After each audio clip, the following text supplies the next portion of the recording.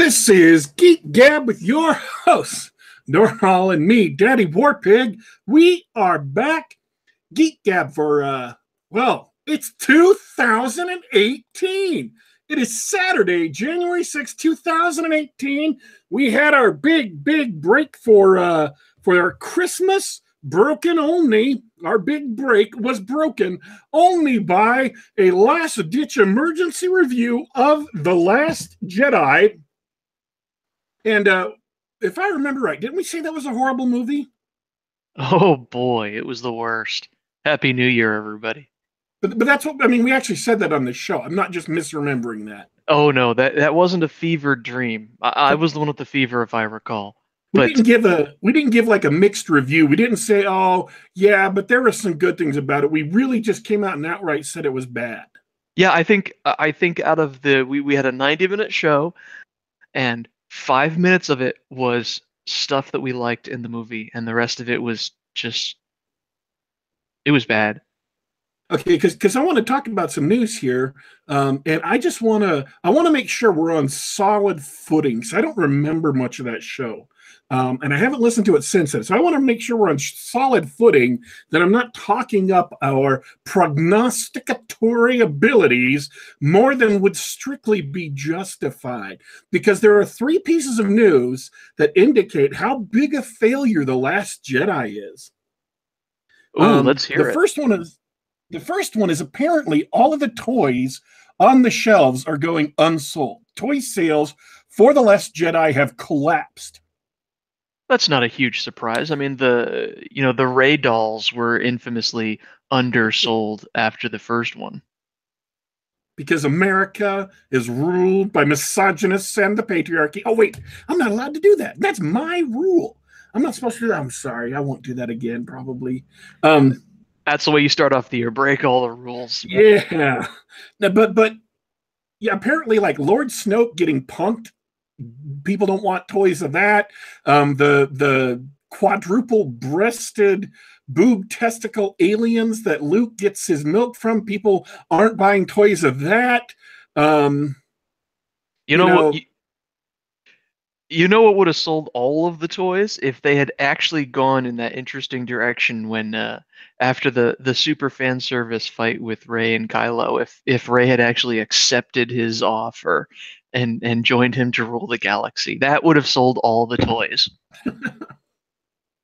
I mean, even like the new Imperial Death March BB-8, like BB-8's evil alternate universe twin hasn't been selling apparently. So, and I'll be honest, folks. I have not gone to Walmart, and I have not gone to Target, and I've not gone to any other store to verify for myself that vast numbers of unsold Star Wars toys are sitting on the shelves with a thick coating of dust moldering away quietly. I have not verified that for myself, but the sales figures are down.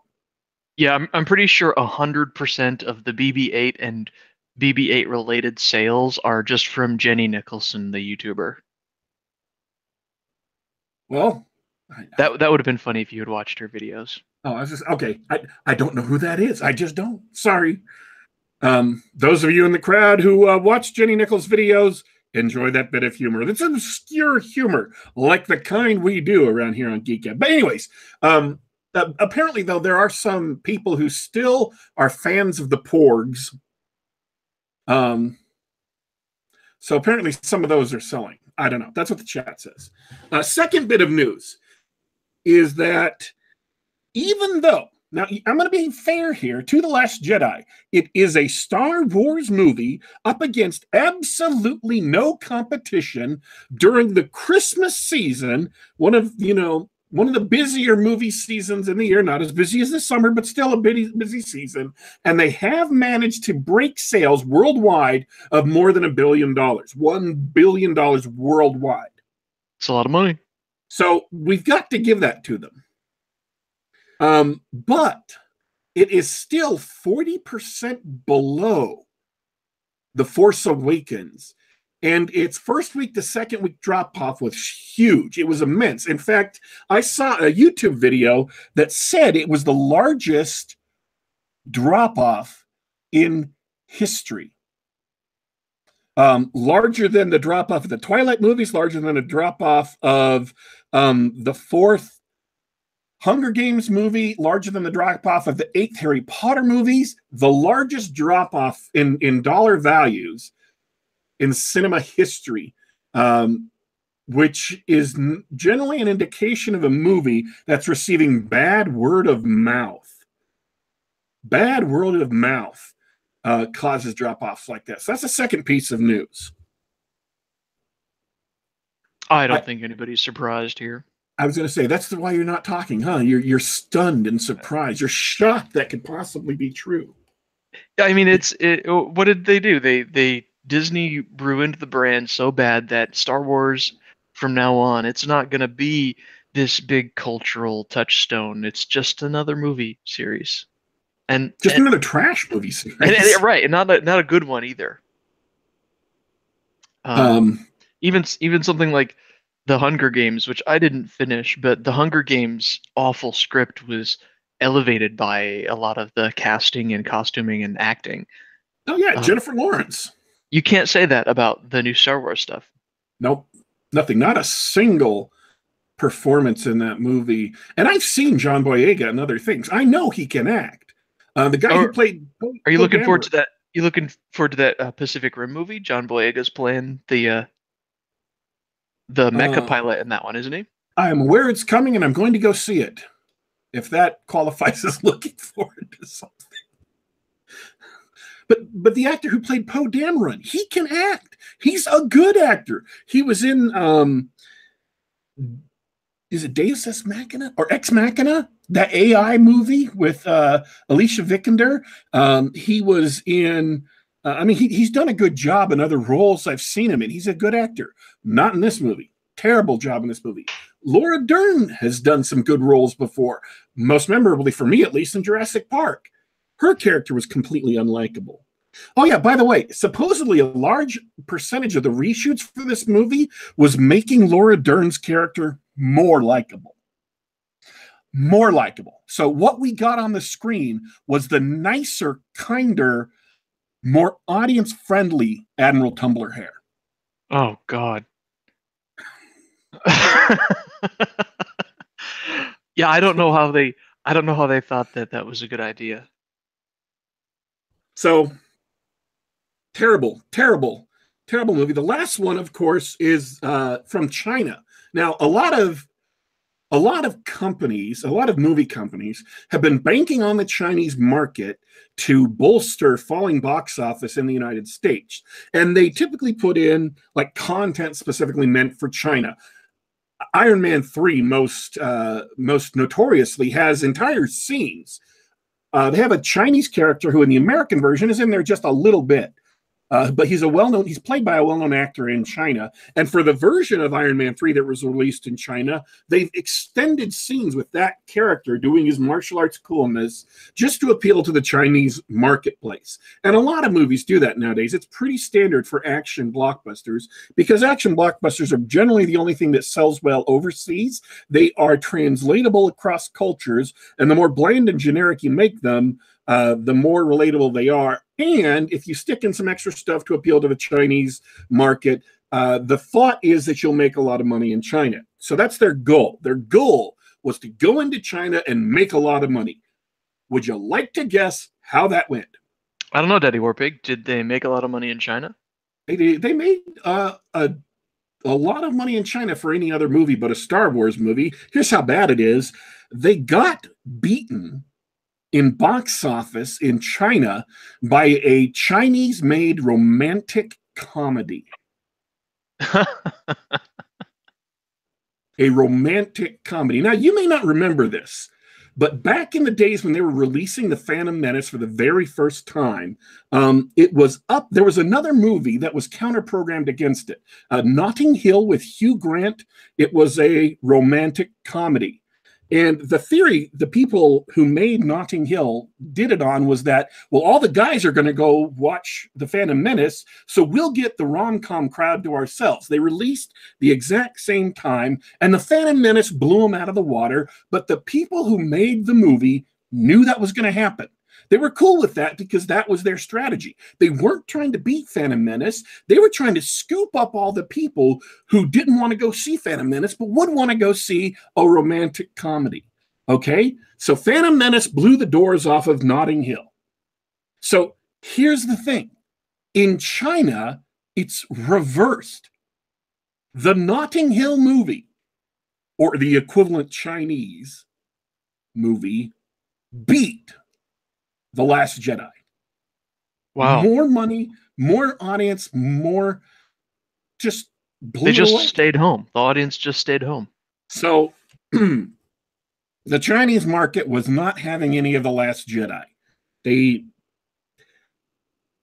That's how bad. Those are the three pieces of news about how bad The Last Jedi has been received by audiences. So I would say, and this is the point of this whole diatribe, why I had to clear this up at the top to make sure we had said it was really actually terrible. It is directly in line with our review. We said it was terrible. Audiences have said it was terrible. And the critics that are, at least the last time I checked, and I stopped caring enough to check, it was around 92% on Rotten Tomatoes. All of those critics have been proven to be wrong. I'm trying to come up with a polite term. Really wrong. So Like that's your Last Jedi. obviously paid off by Disney wrong. or some other reason. Something about the movie made it more appealing to them than it probably was, based solely on the quality of the film. So we've got three movies. We actually technically four movies to talk about today. We got Jumanji, Coco, and Netflix's Bright, buddy cop movie with Will Smith. But before we do that, you went and saw a movie that I have not seen. Yeah, I couldn't resist checking out The Shape of Water, which few people are checking out because it's basically playing only on one screen in my whole area. Screen, huh? That's Yeah, in all of Seattle. I didn't check Seattle proper, but in my area there's just one. That's all right because it's a little Guillermo del Toro romance actually, which is sort of weird for him. How shall I put this? It was an interesting movie. Um, did you see the last one that he did, Crimson Peak? No, I have not. I wanted to, I haven't. Yeah, that was the one we talked about on the show. That was the one it was marketed as like a Halloween movie. Right. And it was a ghost story, but it was a romance. It was a romantic ghost story. Well, this is sort of the same thing, only it's a romance between this cleaning lady who's she can't speak, she's dumb, and or a mute if you prefer, and the fish monster from Hellboy, basically. It's set in the 50s and at the height of the Cold War, and so there's government agents and Russian spy scares and all sorts of other good stuff. But it's kind of a sweet story, the romance between this lady who has trouble interacting with other people and the monster who she eventually teaches a couple of signs to, and so you find out that they can communicate and they fall in love, and it's weird. But it's also a Del Toro movie, so the sets are beautiful, the costumes are beautiful, the effects are beautiful. It's he evokes that strange fantasy world that he apparently lives in. Uh, Judging by all the movies he's made, like Hellboy and Pan's Labyrinth, I think is still his best movie. So it's a cool thing. There's a lots of things that I didn't work like in the script in the movie, so it's not a perfect movie. It's not even a great movie, but um, if romances are kind of your thing, or if you like Del Toro's monster movies and his sets and sort of thing, you'll enjoy the movie. Uh, I kind of did for all of its faults. I'm not going to go deep into the faults here. It'll just sound like complaining, but um, the main thing that bothered me was there's a lot of like it should be corny and lighthearted, but the way it's shot and presented, they sort of play everything straight and serious. So the attempts at humor don't land. You know, the attempts at being fun and lighthearted and silly don't really land. Uh, but that's okay because it was sort of a fun movie to watch anyway. I have not seen it. I find Del Toro is kind of, as far as movies of his that I've enjoyed, I find that he's kind of hit and miss for me. Sometimes he'll do a movie that I love, like Blade 2. Wasn't that Guillermo del Toro? I don't recall. Let me check. I'm pretty sure it is, because I'm pretty sure he decided to make an entire TV series based off of the vampires he created for Blade 2 in a different universe without Blade around. And that would be The Strain on FX. Let me see. The Strain on FX. That's correct. He writes for The Strain. He writes The Strain. Um, So as far as well, let me put it this way. You're right. It's hit or miss. And you know, if I had to put money down, I'd say that this movie's a miss. It's not bad. It's just a miss. But browsing his writing credits, it is hit or miss. He did Pan's Labyrinth, which is amazing, and Hellboy and Hellboy 2, which were pretty good. Uh, he did the screenplay for Pacific Rim, which was okay. but he But he didn't also, direct it? I don't know. Let me see what he directed. Yeah, he also directed Pacific Rim. Okay. He did direct Blade 2. I was looking at the writing credits. So you're right. He did direct Blade 2, which was a lot of fun. Because there's always some motherfucker trying to ice skate uphill. I, what I just love about this is that he directed Blade 2 with these vampires that completely got dropped in the sequel to Blade 2. Um, in Blade 3, the sequel to Blade 2. And so he decided these vampires are too cool to just let them sit around doing nothing. So I'm going to make an entire TV series where I get to let these vampires be as bad as they want to be. And then he just lets them loose on New York City. It's the first. I watched the first season. I didn't watch everything else because something big happened in my life that I had to drop like 95% of the TV shows I was following that year. It was 2014 for those of you keeping track. So that was the last time I got to watch a lot of TV shows. But it wasn't bad. The Strain wasn't bad. It's kind of a zombie apocalypse, but with vampires, and they're pretty terrifying vampires, pretty scary. Are you talking about the So ones with the that feed on other vampires from Blade 2, the really monstrous ones? yes, he takes exactly them, or as close to them as he can get without being sued. And instead of feeding on other vampires, they just feed on humans. But there's an outbreak of those vampires in New York. Oh, cool. And so it's actually it was decent. I'm not saying it's super great, but it was decent. It was interesting. So if you Well, thought those vampires from Way 2 were cool, I'll have to check it out because I mean that sounds great. I like the guy's work, but he's got some misses in there. He did the screenplay for the Hobbit films, which I don't know how much of the Hobbit films are his fault, but they're pretty bad screenplays. You know, but his other stuff is good. Like Crimson Peak was okay. It was mismarketed. It was an okay movie, and The Shape of Water is kind of the same. It was correctly marketed. It was actually marketed as a weird monster romance, and the end product is very pretty to look at. But it's an okay movie. all right.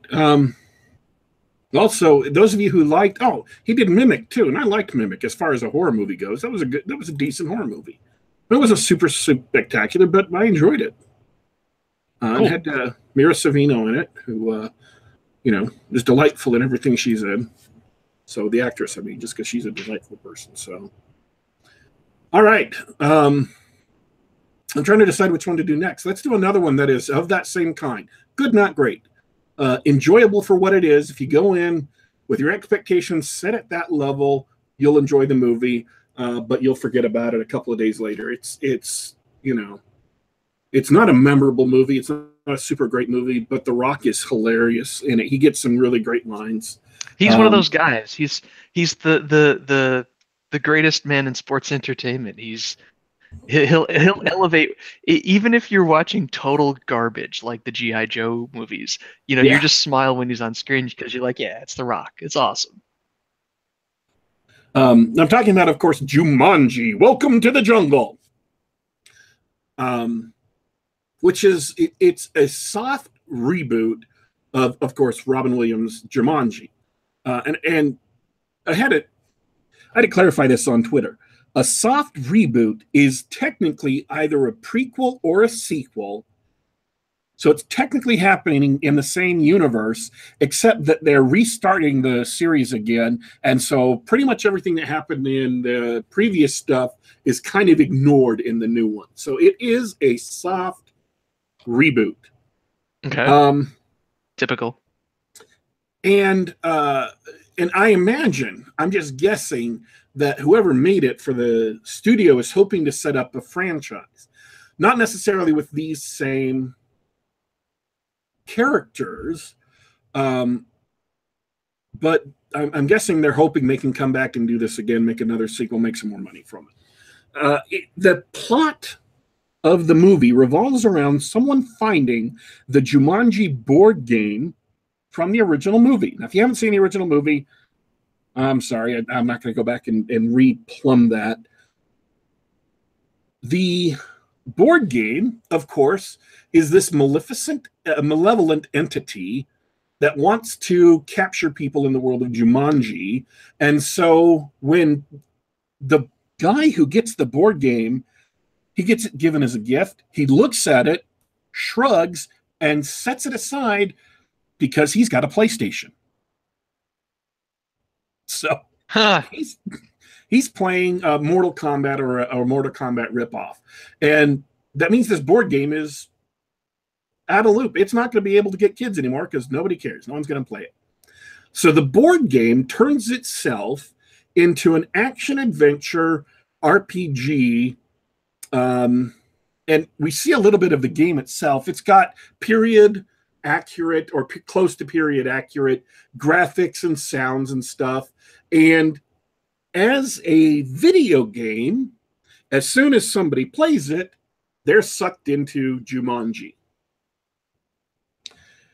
The difference between this movie and the Jumanji with Robin Williams is that the Jumanji and Robin Williams was all about this New England town. I think it was a New England town, where all of the animals and giant mosquitoes and monsoons and giant alligators and mischievous monkeys and poisonous plants from the board games world, from this jungle world that we never see. We never see the jungle world.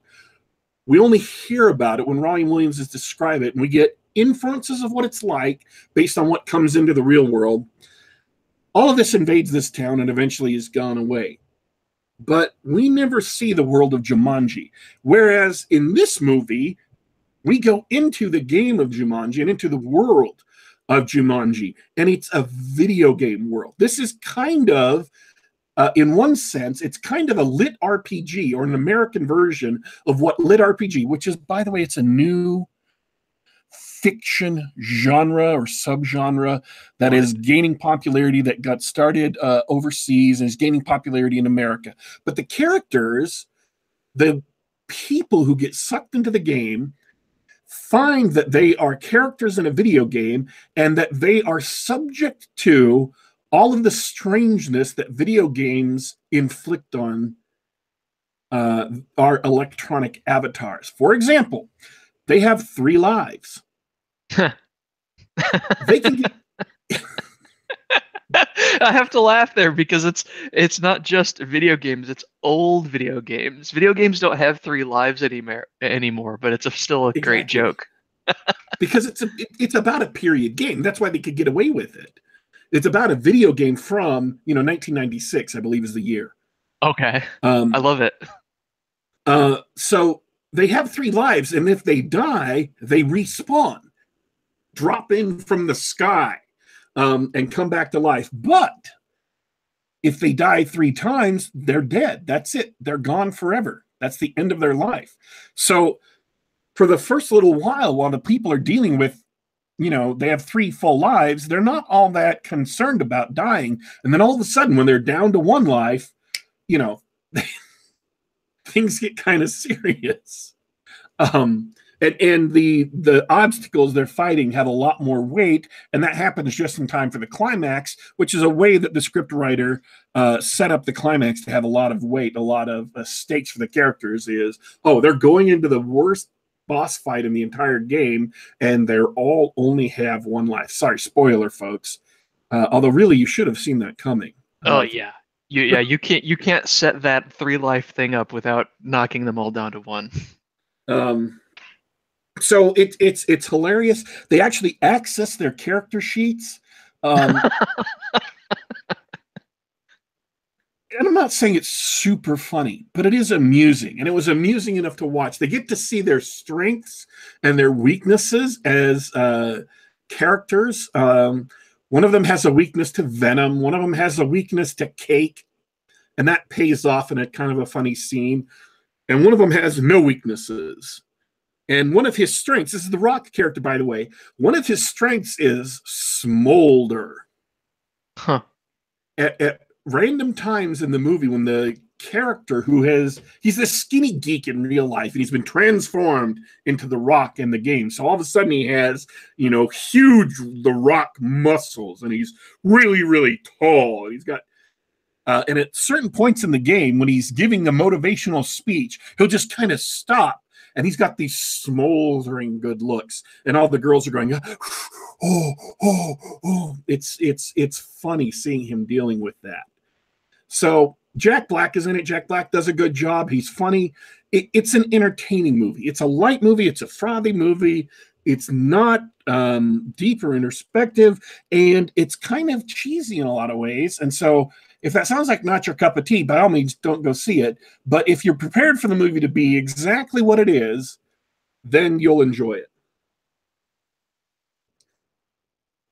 Yeah. Sounds like a fun afternoon flick. Yeah. I mean, it's good. A good flick that you will, if you spend money to go see it on a matinee or to watch it on Netflix or whatever, you'll enjoy it. It's worth a couple hours to go see. It's not too long. So no surprise. No surprise that it's catching up or has caught up to Star Wars already. Yeah, it's a fun movie. It's worth going and seeing. It doesn't spit in the audience's face and act like the audience is stupid. It doesn't show contempt for the audience. It entertains the audience, but it doesn't show contempt for the audience. So, which is rare enough in a lot of Hollywood movies nowadays. Okay, do we have any questions in the chat about it before we... No, Daddy Warpig, you totally killed chat. We were having fun chatting about Blade and Marvel movies, and they do not care about Jumanji at all. We love The Rock, though. We got Scorpion King fans in the chat. I can only go see the movies that I went and saw over the break. There weren't any major other movies that I actually could have even gone and seen, even if I wanted to. So no, I mean I don't think anybody really wanted to release against Star Wars at Christmas. They just let Star Wars have the Christmas season. All right, let's jump to Coco, Pixar's newest movie. Pixar, huh? Yeah. So the question is this a Ratatouille or Toy Story Pixar, or is this Monsters University and Cars 2 Pixar? Because apparently there's 2 Pixars. There's a regular Pixar, and then there's the evil twin Pixar. And the evil twin Pixar releases pretty bad movies, but the good Pixar releases great movies. All right. Which one is it? I think Coco was released by the real Pixar, not the evil twin. Oh, good. Had great animation, of course. Had an interesting storyline. The movie is about a Mexican kid on the Day of the Dead, which is an annual holiday in Mexico where people set out pictures of their family and things that person loved in their life while they were alive. And then I'm presenting this as the movie does. I'm not saying this is the real world. They may have altered it for the purposes of the movie. So if I'm not describing the actual Mexican holiday correctly, you're just going to have to complain to Pixar. And then they lay out a trail of flower petals to their front door because their ancestors, their families, are supposed to be able to come and visit them during the Day of the Dead. So it is a way to remember your ancestors. It's a way to remember your family, a way to celebrate their life. Well, this kid, it's a day. This kid, what he does is he gets, for reasons that are explained and make sense in the context of the movie, make sense in the context of this holiday, he finds out that this is real, that there really are spirits of the dead who come back to life to see their family again and visit their family again. And if they are not remembered, bad things happen to them. So he passes over into the spirit world, passes over into the world where all these spirits live the rest of the year, the other 364 days of the year, and finds out that because of what he did and because of what he needs to do there, that he's fading. He's turning into one of the dead. And the dead all look like skeletons. Cool. They resemble who they were in real life, but they're all skeletal. And he is becoming skeletal. It's kind of a Marty McFly effect where in Back to the Future, where his head was disappearing and his hand was disappearing. His brother's head disappeared off the photograph and Marty's head disappeared. Only his flesh is turning transparent and he's becoming a skeleton. And at daybreak, because the holiday ends on sunrise, if he hasn't accomplished what he needs to accomplish in the spirit world, that's it. He's dead. He's going to be in the spirit world forever. Okay. So it was a movie that, like the best Pixar movies, have some strong universal resonant themes. It has some great performances. It has good music,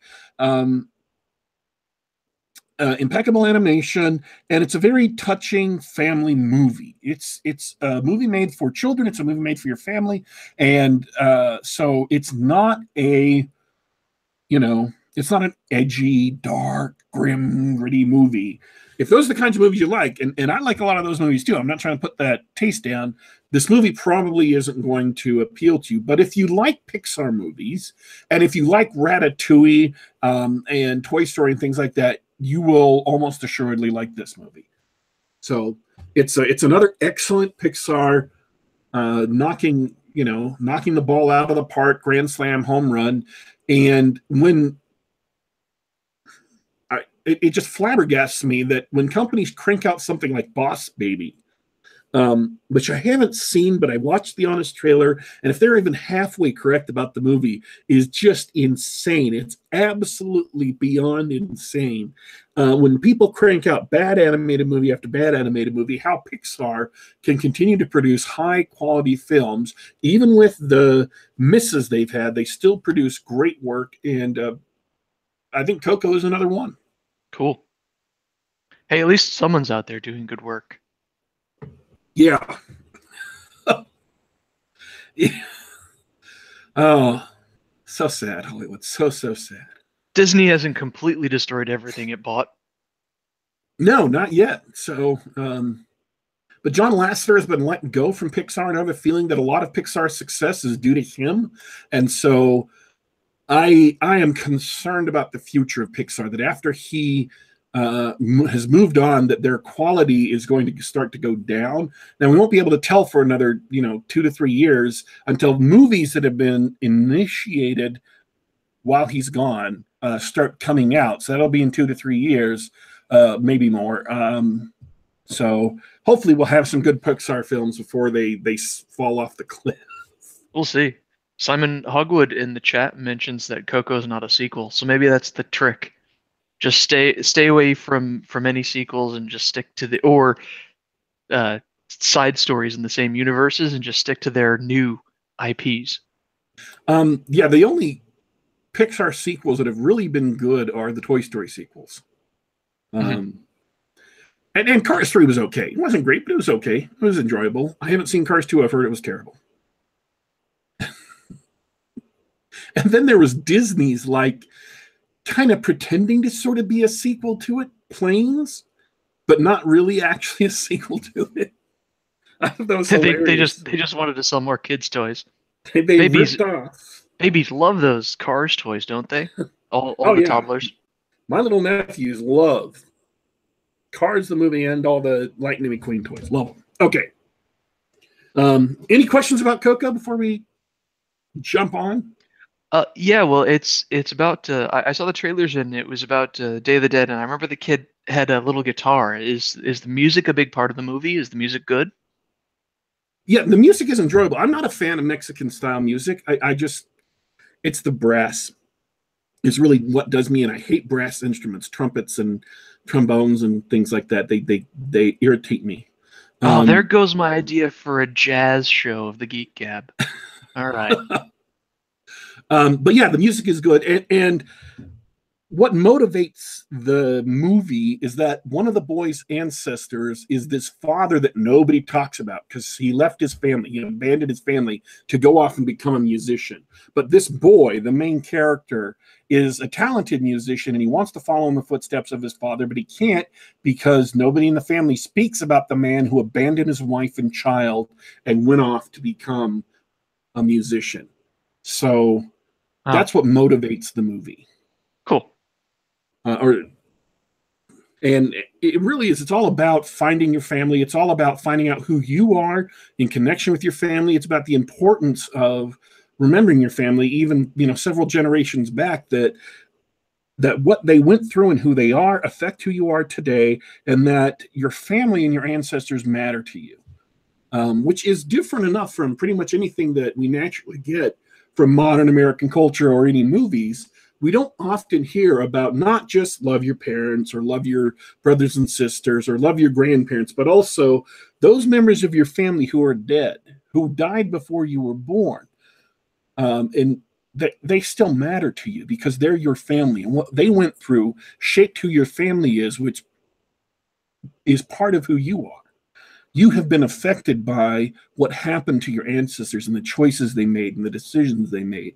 And so those people matter to you, and it's a good thing to remember them. It's a good thing to find out about them.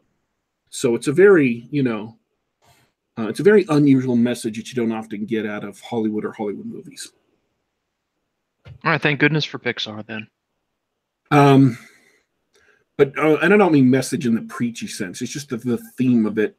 That's what you can draw out of it. That's what I got out of it. Someone else who might see the movie might get something completely different out of it. But that's one of the themes that I got out of the movie. So and that's the mark of a good movie, is that they don't shove something down your throat. They allow you to get what they mean or not. If you got something else out of it, then that's fine too. Or more like the movie, the script is written with a consistent message or a principle behind it. Yes. And instead of using the script as a way to, excuse me, hit you with that message over the head, it simply informs the script. The story comes out of that principle as opposed to the story being a vehicle for that principle, if that Right. makes sense. Well, last but not least, the movie that's gotten a lot of noise, at least on my corner of the internet, and we're talking Netflix's Bright, starring Will Smith.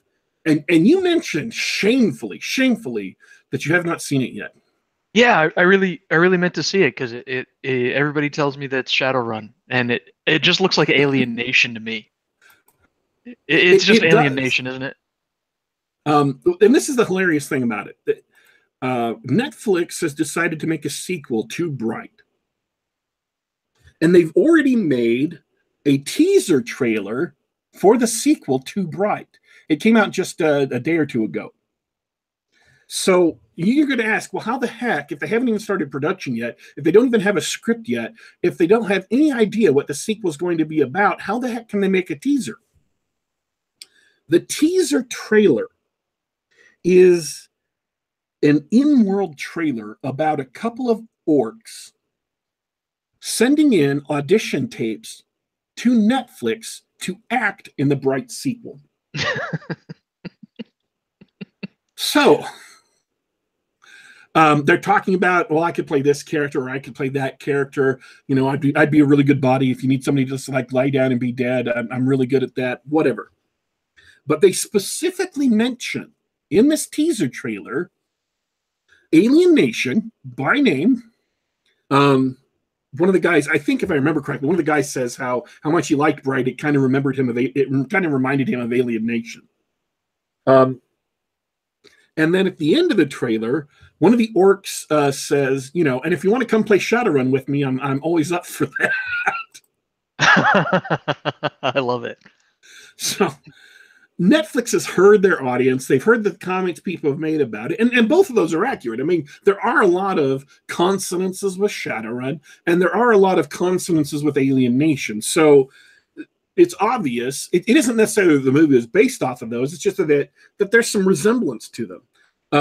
And Netflix is not being defensive about it. They're not denying it. They're kind of embracing it and making fun of it and still saying, you know what? People like this movie. We're making a sequel. I hope you're interested in coming and seeing it. So let me make it explicit for those of you in the audience who don't know what Alien Nation is. I was literally just typing that in chat for everybody who might be a little not as old as us. In the 1980s, while Ronald Reagan is still president, an alien, and we're talking about Alien Nation now, we're not talking about Bright. Do not get them confused. Because this isn't going to make sense if you get them confused. A gigantic starship with 250,000 aliens arrives in the Nevada, California desert. And they get put into refugee camps. This all happens before the movie starts. President Reagan argues for them to be released into the population, to be integrated because they're going to be living on Earth. And the movie is about James Caan playing this bitter divorced cop, getting saddled with an alien partner played by Mandy Patinkin, who is the very first newcomer to get made detective. And it happens in LA. That's where the majority of, they call them the newcomers. That's where the majority of the newcomers are settled, is in LA. And so this is a buddy cop movie with an alien and with a human being set in LA. Now, I enjoy the movie. It's not it's not the greatest movie that's ever been made. It came out in 1988, but I really enjoy it. And I go back and rewatch it every now and then because I find it fun and interesting. But that's what the setup for Alien Nation is. So if you can take that setup and turn it around to where it's not a bunch of aliens arriving on Earth. Instead, it's apparently a world where fantasy races have existed for a long time, where orcs, elves, both of which we see on camera. We also see a centaur cop on camera. So LA has a mounted horse division. This centaur cop is apparently part of that division. That's awesome. It is. He's in there just a little bit, but it's pretty cool. And they also obliquely reference, and and they also have a lady who has weird membranes over her eyes. I don't know if she's supposed to be a Lamia or something. You never hear anything about her. She's just in one scene as a character walks past. And they also mention dwarves. They make reference to a war called the War of the Nine Races. So apparently there are 9 sentient races or 9 civilized races, and there are also fairies. Fairies are about a hand high, about as big as your hand, and they're pests. They're nasty little non-sentient things they're like big, huge flies who also break into your house and steal stuff. Oh, like Labyrinth.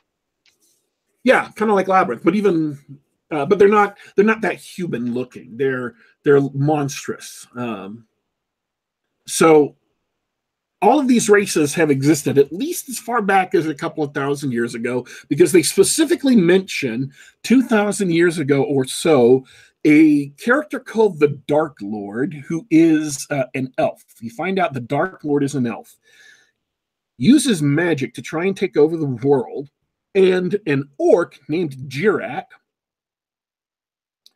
organizes the races together. He finds out he's a Bright. I'll talk to you about what a Bright is in just a second, because that becomes important. All of this backstory I'm giving you is not just so I can rattle off world building and exposition until you get bored and fall asleep listening to the show. This actually matters to it. So I'm going to try to do this really quickly. Jirak gets the 9 races together to destroy the Dark Lord, but most of the orcs, the vast majority of orcs, actually side with the Dark Lord. They serve him in his attempt to take over the world. So now we fast forward to Los Angeles in modern day, 2017. Orcs are basically an underclass. They are, street thugs, gangsters. They reflect the it doesn't matter how I say this. This isn't me. This is the movie. And it doesn't matter how I say this. This is going to be racist. Orcs are specifically put into the social situations that you typically see Black characters or Mexican characters in Los Angeles cop movies. Sure. In, for example, Training Day. Nothing subtle about it. No, nothing subtle about it. So they're the oppressed underclass because people remember the Dark Lord, remember him, almost destroying the world, almost conquering the world and killing most of it and ruling the rest. And orcs sided with the bad guy. And they've been paying for it for 2,000 years. Elves, on the other hand, are good looking. They are wealthy. They have a specific enclave, which is basically it's Beverly Hills, that is elf only or practically elf only, where they get to be pretty and wealthy together. All the elves and humans are excluded. And humans are pretty much caught in the middle. They're the, lower middle class or middle class of this world. All the humans are, depicted as being struggling. They're not wealthy. They're not politically connected, but the elves have got the cream of the crop. So that's the social situation. That's the world building of Bright. And into this situation, Will Smith, who's a Los Angeles detective who is about 5 years away from retirement, is saddled with the first orc to become a Los Angeles police officer. Okay. Because of, basically affirmative action. And that's all just background to the movie, though. It sets up the situation that the characters are in, but the social commentary doesn't actually... The movie itself, once the plot gets going, once we get out of introducing people to the world, because you have to have some amount of time introducing people to the world. Once we get out of introducing people to the world, it is all about these two characters, and there's some problems there, but I can get to that in a sec. These two characters dealing with the situation that was set up 2,000 years ago. They meet a group of people who are considered terrorists, who were a holy order to fight the Dark Lord that was set up by Girac. They're still in the world today, and they're considered terrorists. They're hunted down by the federal government. The federal government has a magic task force that cracks down on magic, spell casting, and artifacts and things like that, because magic can bring back the Dark Lord. And there's an order of elves who are completely badass. They are, and I know you're going to hate this. I know you're going to hate this world. My eyes are already rolling into the back of my skull. They are, they're like ninjas or Jedi. They just tear through their opponents. And they do a great job. The action scenes are great. I love the action scenes in this. They're really, really good. And they're very, very nearly unstoppable.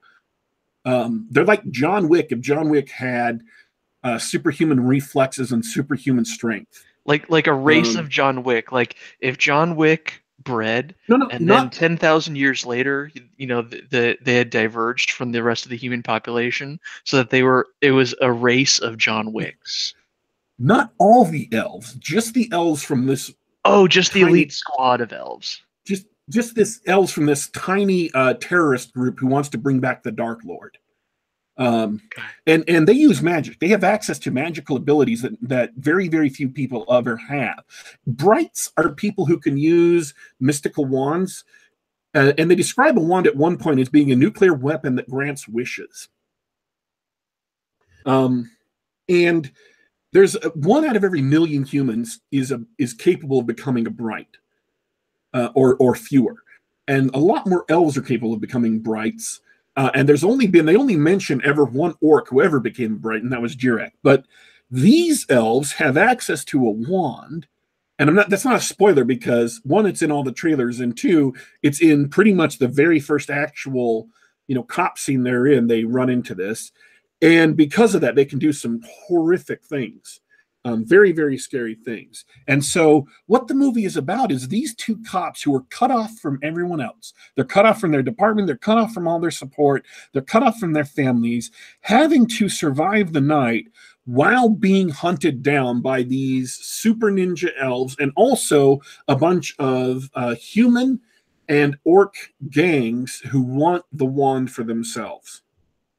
So that's what the movie is actually about. And everything else, and everything that you think of is like, oh, this is social commentary, man. They're like lecturing us about racism and stuff. The actual movie isn't about that. It's about two cops trying to survive the night when they've got a big target on their backs because they have this wand and everybody else wants it, because everybody wants a nuclear weapon that can grant wishes. One of the gangsters is in a wheelchair. He's paralyzed from the waist down, and he has a colostomy bag. And he says, "Give us the wand, or we'll lock all the doors to this place and burn it down, and then take it from your ashes." Because he wants to be able to walk again, he wants to be able to make love to his wife again, and he wants to be able to not have a colostomy bag. So he wants this wand. And you can immediately see that's just one case where they illustrate vividly why people would want this wand so much. They're willing to go to war in LA for it. And these two cops are just trying to do the right thing, or just trying to get out of this situation alive. That reminds me a lot of a great movie that we were just talking about recently, with some friends. Did you see End of Watch? Yes, it's by the same director. It is. David Ayer directed End of Watch, and he also directed Bright, and there's a lot of similarities between End of Watch and Bright. There's also a lot of similarities with The Assault on Precinct 13. Either one of those, if you've seen either one of those. So it's all these influences from Alien Nation to End of Watch, to Shadowrun. They all sort of come together in a Will Smith vehicle. Yeah, and so that's why when people say, "Oh, it rips off Shadowrun," or "Oh, it rips off Alien Nation," it's like, well, yeah, it's got elements of that, but it's got elements of a lot of things in it, and it's not directly photocopied from any of them. And it's not surprising. The writer was Max Landis, who also wrote American Ultimate. That kind of, anyways, he's written a lot of movies, and he's a geek. He showed up on Red Letter Media to defend what he had done as far as American Ultra. There we go. To defend Chronicle. He wrote Chronicle, that kind of found footage superhero movie. He's been the writer on, let's see, Victor Frankenstein, Mr. Right, just a bunch of a bunch of movies that come out of a guy who's really, really familiar with American pop culture and geek culture, and is remixing them and trying to do a good job of it, not trying to just regurgitate everything. So American Ultra is about it's kind of Jason Bourne if Jason Bourne had not had his memory removed and became a handsome looking guy with a hot German chick, but if he had his memory removed and was shoved in a small town and became a total stoner, because that's what the CIA programmed him to do. Huh. Again, that's spoilers for a 2-year-old movie. Sorry, folks. I liked American Ultra. Again, it's not the super greatest movie I've ever seen, but it was a fun action movie, and it's not a stoner comedy. They sold it as a stoner comedy. It's an action movie. Chronicle was also very well done. He wrote that, and it's about 3 kids who become superheroes, and one of them kind of goes, not surprisingly, if you're given superpowers, one of them goes kind of bad. So, well, I like it. I like it's the way people, I guess it's the way people really create things, right? They've got their influences and they use those influences and they recombine them. And if the end product is still original and good, then it's not a ripoff. It's just it's something new based on these the shared cultural influence. Like, I mean, sorry to go back, but it's like Star Wars. The original Star Wars was, a hodgepodge of influences plus kind of rip off of a couple of movies in terms of plot structure. Yeah. So the question people are going to ask now, okay, you've gotten all this out of the way. Was Bright good?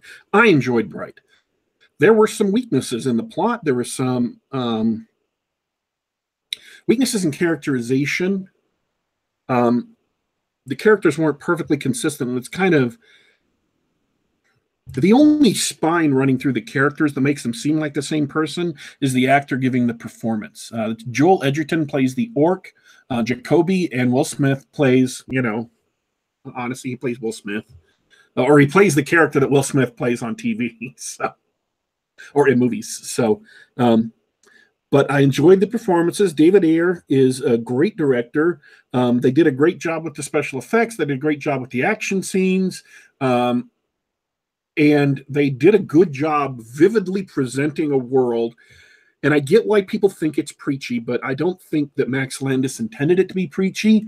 And you don't have to watch it with the preachiness in mind, because the movie really does not preach to you when you get to the end. Because at the end of the movie, what makes the difference, what actually solves the situation, is not the government coming in and making sure everybody's fair and distributed, bringing justice to the hood. And it's not people getting together and realizing that racism is just bad, and so we can all get along now. And it's not some woman coming in and ordering and not Admiral Purple Hair, Admiral Tumbler Hair coming in and ordering Will Smith and Jacoby around.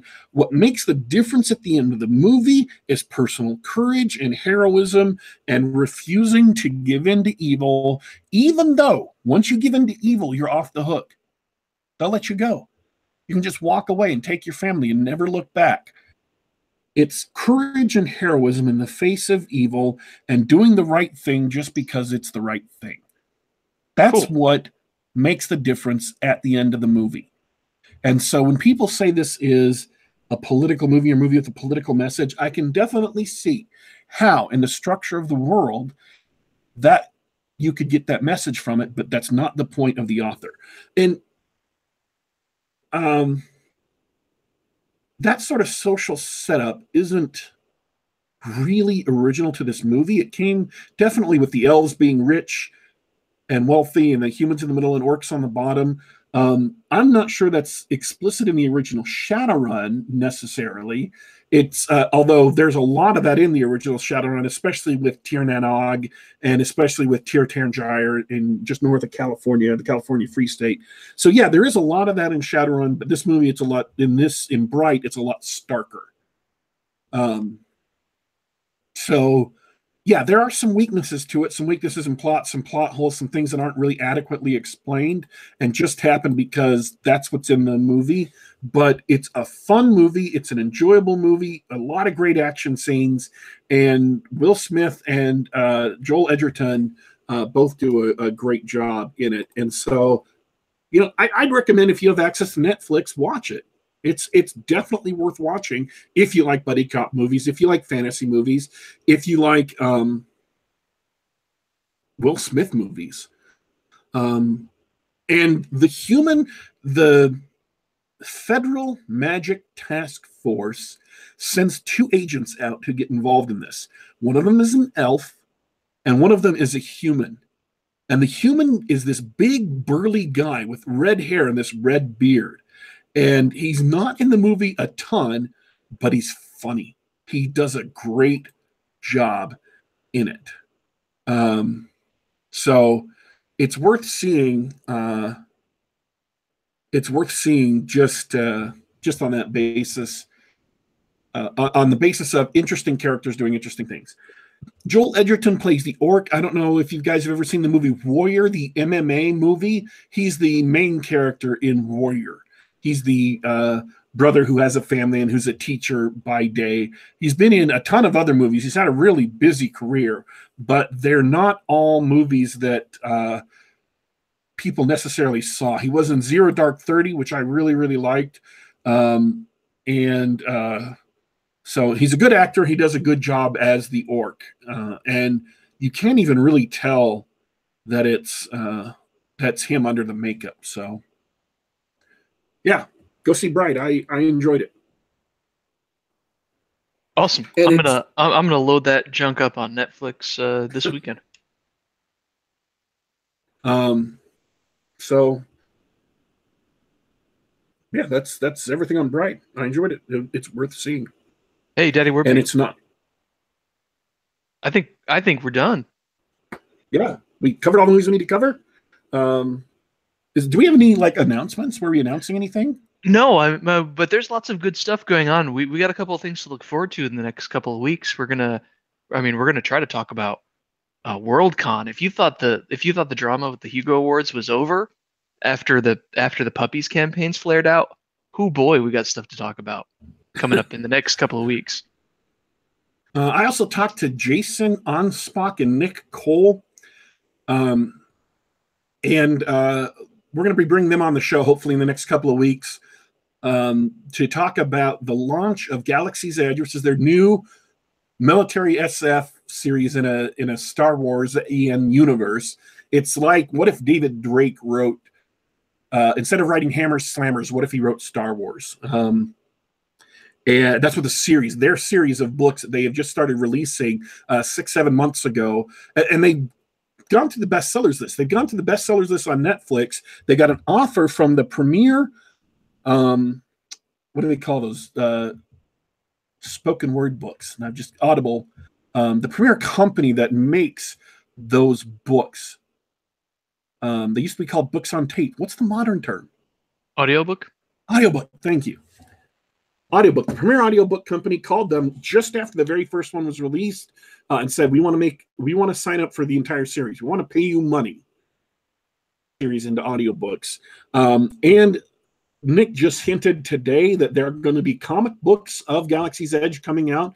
I've enjoyed the series. I've talked about the series before. I recommend it. If the description, what if David Drake wrote Hammers Slammers, instead of writing Hammers Slammers, wrote Star Wars, if that is at all intriguing to you, if you like the thought of a Star Warsian universe that's been stripped of all the garbage that showed up in the prequels, all the garbage that showed up in The Force Awakens, all the garbage that showed up in, even in most of Rogue One, and all of the garbage that destroyed The Last Jedi, to take us back to the beginning of the show, go read Galaxy's Edge. It's well worth it.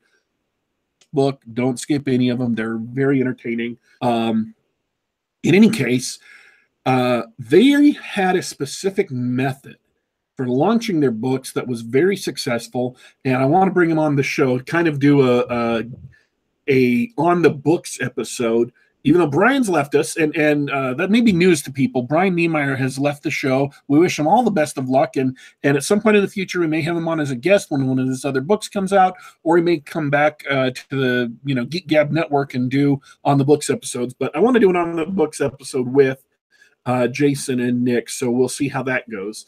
Do you have anything like? Oh, I don't have anything lined up for talking about games or anything like that. If I have a game specific topic, we'll schedule a game night. I don't do it regular like this show. All right. Well, we had a great Christmas break. We're coming back for the New Year's. We're excited. There's a bunch of stuff coming out soon as far as movies, and we also want to get into talking about books and book series and bringing authors on the show again. Things that we haven't been able to do this last year because despite how terrible this last year has been in terms of what the quality movies released and the amount of money that Hollywood is seeing from them has been dropping as well. We had so many of them that was most of the show for the last 6-7 months. But we have coming out Black Panther in February. For Black History Month, they're releasing Black Panther. And after that, in May, they have Infinity War. And then in November, December of next year, they have another Star Wars movie, Solo. It's going to be awful. It's going to be legendarily awful. I'm predicting it's going to be worse than The Last Jedi. And I'm safe in that prediction because one, I know it's true, but two, it'll be a year from now, and who's going to remember what my prediction? I won't even remember what my prediction was a year from now. And there's also another Marvel movie coming out a year from now, and I don't remember which one. It might be Captain Marvel. It might be. Oh, we're gonna. If you thought 2017 was a disaster for movies, we're gonna have they're gonna try to release a Han Solo story, and it has to go up against the new Avengers, the new Deadpool, the new Incredibles, and they're even making another Jurassic World because America just can't get enough of Chris Pratt.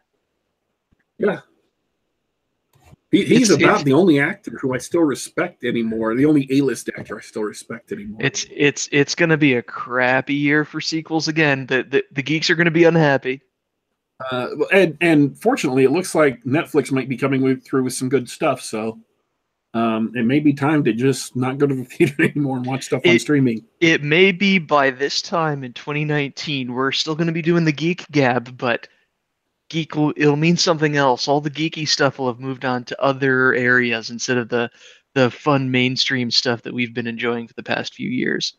Also, the Pulp Revolution crowd has apparently been getting busy on Steam it, and so I want to try and find a couple of the guys that are currently posting on Steam it. It's a blockchain-based blogging system with its own cryptocurrency. And people are posting pieces of stories there and theoretically making theoretical money that they can change into real money on Steam. STEEM, Steam. Or Steam, cool. not Steam, the video game thing. So if that takes off, that'll be a great way to find new authors and maybe hand them a few shekels for their work. Yeah, it's a little strange, though. I don't see how the economic model works. I don't get where the money's coming from. Hey, why don't we do a little research and chat about it next episode? I have done some research. That's what's kind of annoying me. That's why I wanted to bring some of these guys on. But I know several Pulp Revolution people. I'll run them down and see if somebody wants to come on and talk about their experiences with it. So these are all show ideas we're having right now. We're kicking them around. We are not just, it's a brand new year. We're excited about the show. We're grateful to be back. We've got ideas for new episodes. We've got guests we're getting lined up. I talked to John Delarose today. I talked with Nick just before the Christmas break. So we want to get these shows ready to go, and looking forward to 2018. Looking forward to talking to you guys, talking about books and movies and TV shows and, maybe Magic the Gathering, whatever. So do you have any last words before we kick off? It's great to be back. Happy New Year to you, Daddy Warpig, and everybody listening online and hanging out in the chat. Good to be back. Thanks for coming and listening live, folks. We hope you enjoyed the movie, and don't you worry, don't you fret. We're signing off for today, but we will be back.